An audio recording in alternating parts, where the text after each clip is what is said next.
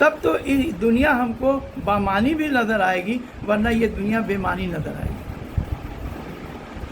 اب اس کے کئی ایک پہلو ہیں جن کو ہم لوگ آہستہ آہستہ اس کے بیان کریں گے۔ جیسے اسی پر بات ختم کر دیتے ہیں کہ جو ہم کہہ رہے تھے کہ پورا معاشرہ ایسا غلیظ یا گندہ نہیں تھا، اس میں اچھے لوگ بھی تھے۔ اب ایک واقعہ بیان کیا جاتا ہے جو کہ فرزدق شاعر، ابو فراس نام تھا ان کا، ہمام بن غالب ان کا پورا نام تھا، ابو فرز، اور فرزدق تو ان کے وہ کنیت تھی ان کا، ابو فراس نام تھا، ہمام بن غالب، اور فرزدق کے نام سے مشہور تھے۔ یہ محب اہل بیت تھے، حافظ قرآن بھی تھے۔ ان کے دادا کا ایک واقعہ بیان ہوتا ہے، اور انہوں نے اپنے دادا کے شان میں بہت سارے اشعار بھی کہے ہیں۔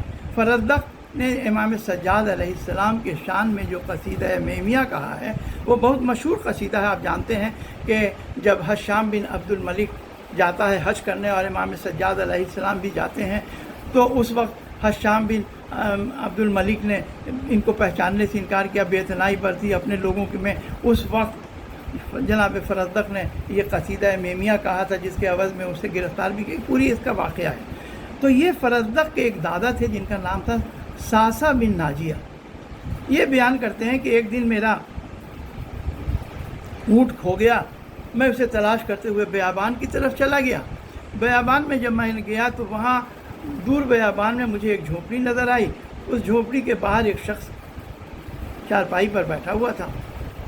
تو میں نے اس سے پوچھا کہ میرے 2 اونٹ کھو گئے ہیں، کیا تم نے دیکھا ہے؟ اس نے کہا کہ اس کی نشانیاں بتاؤ۔ میں نے کہا کہ بنی میسم دارم کے اس پر نشانات ہیں، یعنی ہر قبیلے والے اپنے اونٹ پر کچھ مخصوص نشان لگایا کرتے تھے۔ بنی میسم دارم کے نشانات ہیں۔ اس نے کہا کہ ہاں تمہارے اونٹ ہمارے پاس ہیں۔ اسی درمیان میں اس جھوپڑی یا گھر کے اندر سے ایک ضعیفہ باہر آتی ہے۔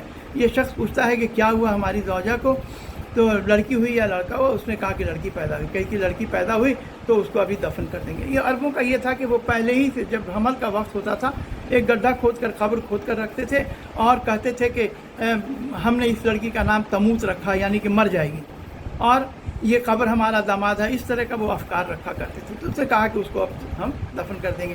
ساسا بن ناجیہ یہ اچھے انسان تھے، ہمدردی رکھتے، انسانی ہمدردی رکھتے تھے۔ انہوں نے کہا کہ کیا تم اپنی بچی کو ہم کو دے دو گے؟ تو اس نے کہا کہ کیا تم نے کسی عرب کو دیکھا ہے کہ وہ اپنی بچی فروخت کرتا ہو؟ تو اس نے کہا کہ میں بچی کو اس لیے نہیں لے رہا ہوں کہ اس کو میں بیچ دوں گا یا کنیزی میں کسی کو دے دوں گا، میں اس بچی کو اس کی پرورش کرنا چاہتا ہوں۔ کافی دیر انہوں نے اپنے اس کے ساتھ باتیں کی، آخر وہ قائل ہو گیا اور اپنی بچی کو اس عوض میں دینے کو تیار ہوا کہ تمہارے 3 اونٹ، جو 2 اونٹ تمہارے کھو گئے تھے جو میرے پاس ہیں، اور ایک جو اونٹ پر تم سوار ہو کے آئے ہو، یہ تینوں اونٹ تم ہم کو اس عوض میں دو گے، تب ہم تم کو بچی دیں گے۔ کہاں تو یہ شخص اپنی بچی کو دفن کر رہا تھا، اور کہاں کوئی شخص اس بچی کی پرورش کرنا چاہتا۔ یہ ان کا سوچ کا طریقہ تھا، یہ عربوں کے سوچ کا طریقہ تھا۔ یہ اتنے خود غرض تھے ایسی حالات میں۔ ساسا بن، لیکن سب ایسے نہیں تھے، اس لیے کہ میں ساسا بن ناجیہ کا قصہ اسی لیے بیان کر رہا ہوں۔ تو ساسا بن ناجیہ نے کہا کہ جب وہ تیار ہو گیا اس بات پر کہ ٹھیک ہے، بچی کو میں لے کر اس اونٹ پر جاؤں گا اور ایک شخص میرے ساتھ جائے گا اور میرا یہ تیسرا جو اونٹ ہے وہ لے کر واپس چلائے گا۔ اس طرح میں بچی کی جان بچانے میں کامیاب ہو گیا۔ اور جب ساسا بن ناجیہ، جب رسول خدا نے اسلام کا پیغام مکے میں دیا، ساسا بن ناجیہ بھی وہاں پر موجود تھے، اور انہوں نے کہا کہ اللہ کے رسول، میں نے زمانے جاہلیت میں 280 بچیوں کی جان بچائی ہے جو کہ دفن ہونے جا رہی تھی، کیا اس کا ہم کو کچھ فائدہ ہوگا؟ رسول کریم نے کہا کہ یقیناً تم کو اس کا فائدہ ہوگا۔ تو اچھے لوگ بھی تھے معاشرے میں، ایسا نہیں تھا کہ اچھے نہیں تھے، لیکن اکثریت جو اس وقت کے عربوں کے معاشرے کی تھی کہ وہ عربوں کو بالکل ناقدری کرتے تھے، ان کے ساتھ ظلم روا رکھتے تھے۔ ارباب ازا اس کے بہت سارے پہلو ہیں جس کو ہم لوگ انشاءاللہ ابھی جاری رکھیں گے۔ لیکن یہ عرب معاشرہ اگر آپ دیکھیے تو یہ لوگ کیسے شقی تھے کہ خود اگر آپ واقع کربلا میں بھی دیکھیے تو امام مظلوم اپنے 6 مہینے ششباہے کے لیے پانی مانگ رہے ہیں، اور یہ اتنے شقی القلب تھے، جو بچیوں کو دفن کر دیتے تھے، یہ وہی سوچ تھی کہ اس 6 مہینے کے پیاسے کو ان لوگوں نے تیر مار کر کے اس طرح سے پانی سے سیراب کیا۔ افسوس کی بات یہ ہے کہ کربلا میں امام حسین کے 2 بچے، جس میں ایک کا نام سکینہ جو 4 سال کی بچی تھی، اور ایک 6 مہینے کے جناب علی اصغر، اور دونوں کی راوی کہتا ہے کہ جب امام حسین علیہ السلام رخصت ہو کر جا رہے تھے، جیسے وہ آگے جا رہے تھے کہ اس وقت جناب سکینہ باہر آ گئیں اور کہا کہ بابا کیا آپ نے فیصلہ کر لیا ہے کہ آپ چلے جائیں گے؟ تو امام حسین نے کہا کہ بیٹی، جب قطع کو چھوڑ دیا جائے، قطع ایک پرندہ ہے جس کا بہت ذکر آیا ہے عربوں کے ادبیات میں، جو کہ بہت دور دور پانی کی تلاش میں جاتا ہے، کافی دور دور تک جاتا ہے، اس کے بہت قطع کو اگر چھوڑ دیا جائے تو وہ آرام کرے۔ لیکن وہ شخص کیا کرے کہ جس کے انصار سب شہید ہو چکے، جس کے عزیز و اقربا، جس کا بھائی، جس کا جوان بیٹا سب شہید ہو چکا، اب اس کے پاس اور کیا چارہ، راہ چارہ باقی ہے۔ جناب سکینہ اس وقت کہتی ہیں کہ بابا میں بہت پیاسی ہوں۔ ارباب ادا، آپ اپنے دل پر ہاتھ رکھیے کہ باپ جہاد کرنے جا رہا ہے، جانتا ہے کہ یہ اس کا آخری ملاقات اپنی بچی سے ہے، وہ شہید ہونے جا رہا ہے، اور بچی کہتی ہے کہ میں بہت پیاسی ہوں۔ کیا امام اس وقت جنگ کر رہے ہوں گے؟ اس بچی کا جملہ ان کے کانوں میں نہیں گونج رہا ہوگا؟ امام نے جن حالات میں اپنی شجاعت کا مظاہرہ کیا ہے، اچھے بلکہ ہم کہتے ہیں کہ دنیا کا کوئی آدمی بھی ایسے موقع پر حوصلہ ہار جائے گا، لیکن امام نے ویسی جنگ کی، امام شہید ہو جاتے ہیں۔ جناب سکینہ بابا کی لاش پر آتی ہیں، روتے روتے بے ہوش ہو جاتی ہیں۔ جب ہوش آتا ہے وہ کہتی ہیں کہ میں بابا کو سن رہی تھی، جو ہم کو خواب میں بابا بتا رہے تھے کہ بیٹی سکینہ، تمہارا بابا پیاسا شہید کر دیا گیا، جب تم واپس مدینے جانا میرے شیعوں کو کہنا کہ جب ٹھنڈا پانی پئیں تو میری پیاس کو یاد رکھیں۔ بیٹی، میرے شیعوں سے کہنا کہ جب کسی شہید کو دیکھیں، کسی غریب کو دیکھیں تو میرے بابا کو یاد کریں۔